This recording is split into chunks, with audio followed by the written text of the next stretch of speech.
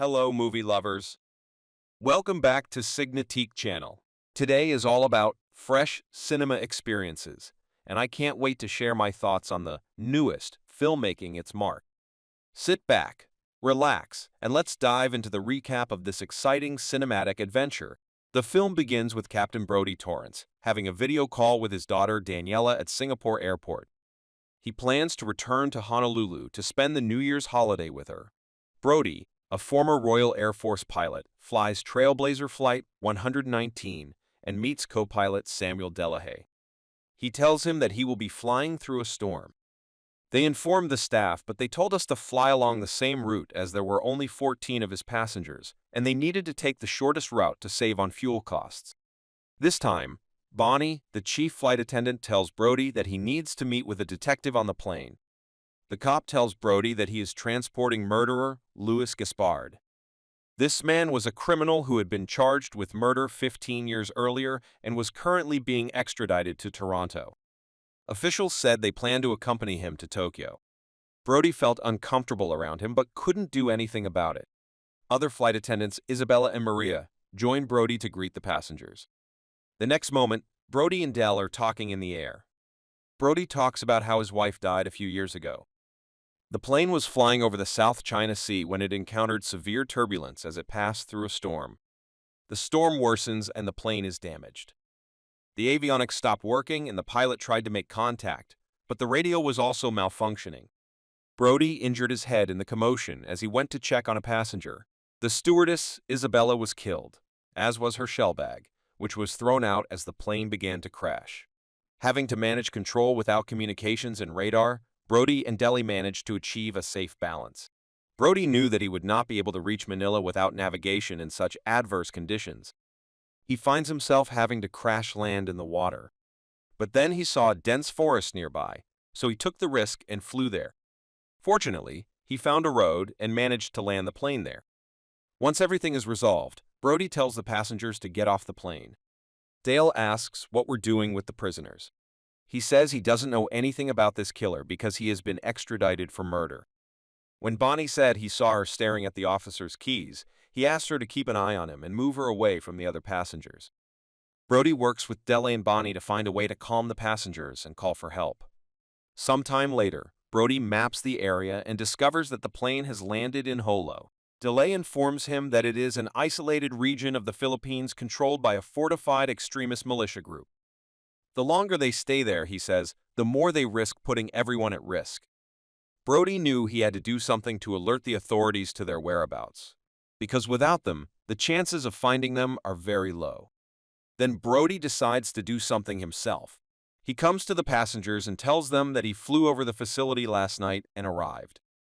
He hopes that if they have a phone or radio and can get there and contact someone in the control tower, they might be able to rescue them within hours.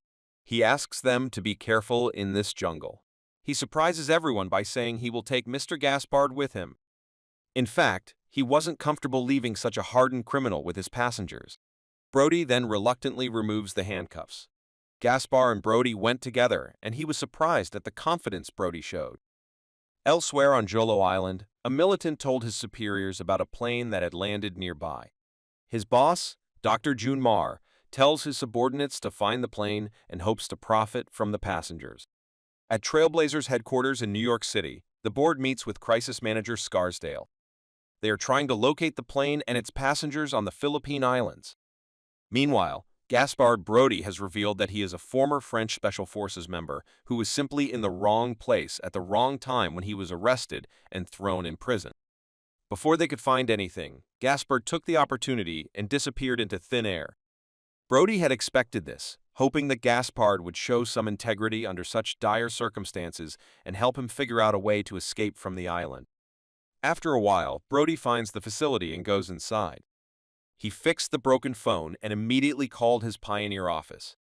The manager who answered the phone doesn't believe his story because he's received several calls for information since the morning. Brodie couldn't believe it and hung up, telling him he couldn't help unless he gave him his ID number. Now Brodie called his daughter in Maui. She was surprised to hear her father's voice. He tells her that he and her other passengers and crew are stranded somewhere in the Jolo Islands in the Sulu Sea. He asks her to write down the details he is sharing. However, before he could finish, militants from the Dadas rebel group attacked him. This information reaches Pioneer headquarters in New York, where David Scarsdale orders the Keyhole satellite to be used for military reconnaissance. He located the plane and ordered a team of agents to be sent there. Once the plane is located, the team will take 3 hours to reach the area and then parachute in to rescue people. Back at the building, Brody manages to overpower him, but leaves feeling traumatized after killing another human. Just then, after Gaspard has defeated several insurgents, taken their weapons, and offered them bottles of water, he suddenly returns. They then discover a murder room with passports on the floor and bloodstains on the walls. There is also a video camera and footage of the hostages can be found. Brody and Gaspard learn that rebels have been using the location to torture foreigners, videotaping their victims and extorting ransoms. The two rush back to the plane in a truck, only to find that June Mar and her men have already arrived. A Korean woman tried to escape, but she died. Her husband was brutally beheaded while crying for her. The rebels take everyone else hostage, while Brody and Lewis hide. Once the rebels leave, the two overpower the remaining rebels and learn that June Mar is taking them all to a nearby village. Brody and Lewis decide to go after everyone and save them. Now they are heading to the village. While June Mar is in the village, he begins forcing the hostages to provide their names and countries of origin for the ransom video. In the next scene, a military team arrives on the island, but finds no one near the plane, only the bodies of Shellback and the stewardess, and a message from the captain. Meanwhile, Brody and Gaspard reach the heavily guarded area and discover the shelter where the passengers are staying. They killed the guards and made their way to the bus they were taken to earlier. Gaspard tells Brody that even if he tries to kill the doctor, it would be impossible to get the entire bus out of this area in order to distract June Mar and his friends. Brody realizes that they don't have much choice and will have to give up if they want to save the passengers. Brody knew not to kill him because the separatists were trying to use him to pressure and extort huge amounts of money from the government.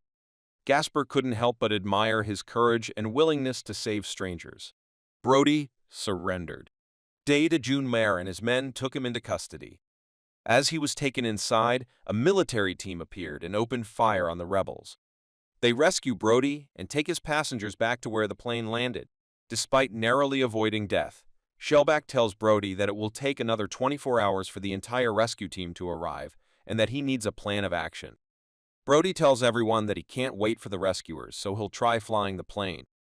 Everyone is shocked by his proposal, but knows that the separatists will fight back with all their might. Therefore, there are different reactions. Eventually, everyone returns to the plane and boards the plane. The Vanguard Committee insists that Brody be allowed to fly the plane, as the damage to the plane is extensive and all on board could be killed. Brody began repairing the plane, but saw several separatist planes approaching him. Brody asked Shellback to keep them there as long as possible to give him time to make the necessary repairs. Brody realizes that Gaspard cannot accompany him on the plane because he is a convicted felon, and that he will be tried again no matter where the plane lands. So Brody lets Gaspard escape.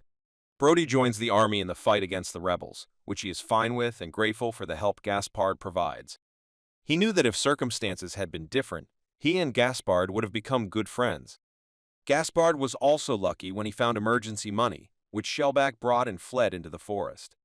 With most of the rebels dead, Brody and Dell start the engines and attempt to get the plane moving. Shellback and his team boarded just in time.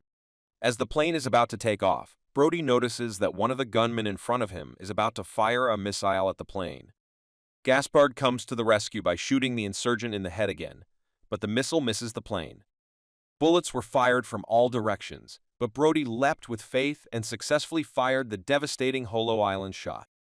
June May attempts to fire an RPG at the plane, but Brody raises the plane high into the air, causing him to hit June May with the plane's wheels, killing her. Brody then plans to use his remaining fuel to land at the nearby Thorsey airstrip. After some confusion, Brody is able to land safely, and everyone at headquarters cheers. Passengers breathed a sigh of relief when the emergency services arrived at the airport. They had a deep respect for their captain. Brody was thankful he was still alive to see his daughter. The movie ends when the passengers calmed down. Brody sat down and called her daughter and told her he was coming home. And the movie ends here. Thanks for watching our video. If you enjoyed this film recap and want more, subscribe now, like, and share captivating stories with your friends. Tell me which movie you'd like me to summarize next. See you soon.